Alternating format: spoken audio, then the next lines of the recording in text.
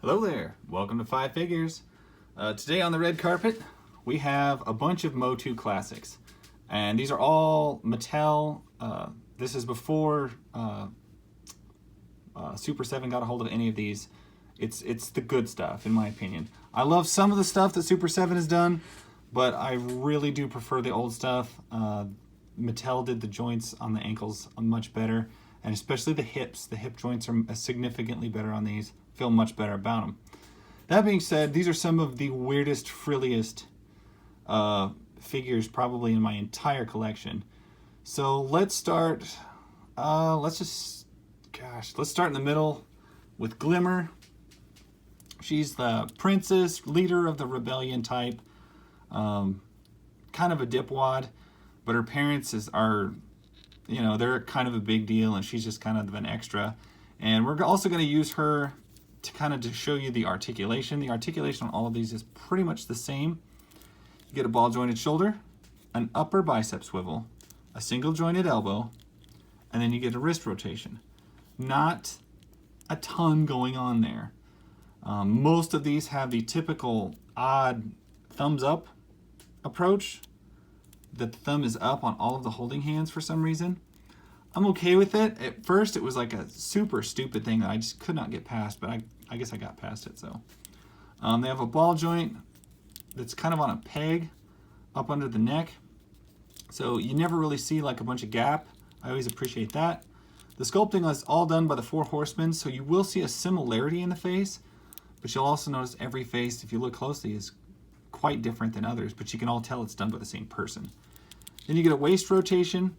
Then on most of them you get this funny plastic, Pixel Dan calls it a diaper. I don't call it a diaper. I just call it like it's a rubber diaper. But you get a ball joint up under there that has like an upper thigh cut in the thigh, so it rotates like that. It's a little bit different. It keeps you from going like kicking too far forward. You can go out a long ways, you can go back decent, but there is an urge that it pushes outwards simply because of the shape of most of their outfits. Then you get a single jointed knee that doesn't always bend that far, and you get an ankle pivot, and it usually doesn't have the rocker. It usually just has a hinge. But the other thing is these figures are heavy. A lot of these are very heavy, and that doesn't always, like having more articulation in the ankle doesn't always help you. So, it is what it is. This hair is solid. So, and she doesn't even have the biggest hair. Some of them have freaking enormous hair. But that is Glimmer. That's your basic articulation. Now let's take a look at some of the others here. I can get Glimmer to stand there. We're going to start with our heaviest gal here, Spinnerella. Same articulation and a much more ornate outfit. Very beautiful. But this rubber skirt thing, of course, is going to inhibit all of the movement that you're going to get with your legs. And then the only other issue with this figure is look at the size of this hair. It is massive, and it is a solid chunk of plastic rubber. So every time I look at it, ooh, that moves. I forgot about that.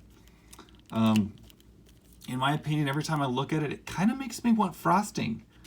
I feel like I need to eat a cupcake. And that might be kind of a reoccurring thing with these figures, is they do kind of remind me of cupcakes. I want to eat a cupcake now. Anyway, this is by far the most cupcake of them.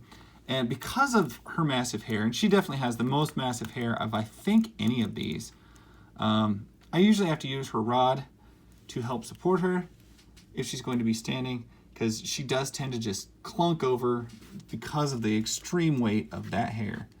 I would say that is probably one of the weaker releases from the line. It looks fantastic, but it doesn't function that well.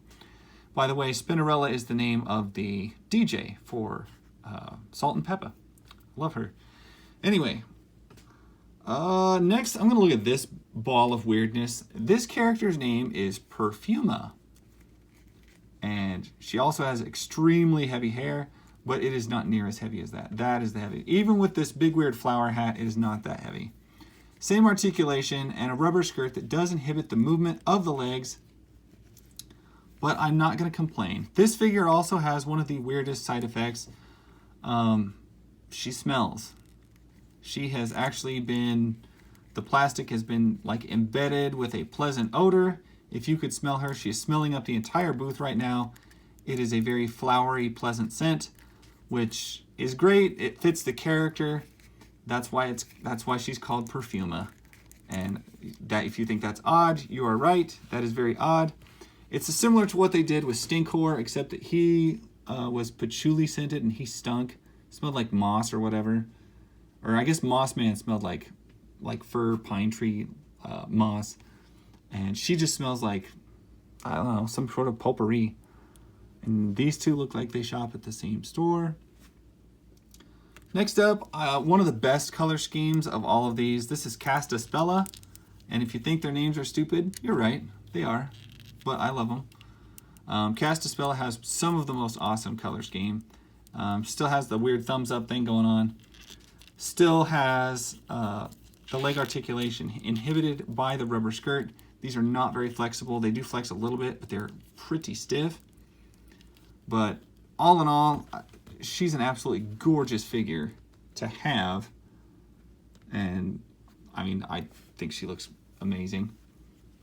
And then finally, I have Sweet Bee, who has all the same articulation as everybody else, has all the same problems as everybody else. She does, I believe, oh, I thought she had an ankle pivot, and she does not. She comes with wings. The wings go through holes which are in her hair, which does lighten the hair. But it means when you take the wings out, which I don't know why you do that, it looks like she has weird gaping holes in her hair. Anyway, she is one of the later figures of these that I picked up. Definitely a goofy little character, but adorable nonetheless. All these are extremely frilly looking, I understand that, but they're not bad. They all have a little bit of their design flaws. I don't think for what they do, which is, you know, bring back tons of nostalgia and look great doing so, you can play with them. There is some definite play factor. Does the articulation get in the way? Yes, a little bit. But for posing on your shelf, adding amazing color and looking fantastic, you really can't beat them. I'm going to say that all of these are great. And they are all, I got these when they were much cheaper than they are now. Since Mattel stopped making them, these have gotten much more pricey. And good luck. If you can find any of these figures for $30 a piece, you are doing well. And usually with all of MOTUC Classic stuff, my cap is like 30 bucks. And so I look for sales, I look for deals. And if you're lucky, you can find these for less than 30. But that's getting harder to do these days. Anyway, that is it. I think that's my take there. Actually, let me do one thing so I can show you something real quick. Just to give you a comparison. These are not Marvel Legends scales. This is a Marvel Legends female. And she looks like a dwarf next to all of these. These gals are all 7-inch scale, and they are a mighty 7-inch scale at that, with their hair adding usually a 1/2 inch, if not more. So there is a 6-inch scale figure. She's a little, you know, she's, I think, 5.5, something like that. All these gals are much bigger. You get the idea. Anyway, that is my story. I wanted to share these. They're the most colorful thing I got, probably, but I absolutely love them. Anyway, that's my story, and I will catch you guys later. Bye.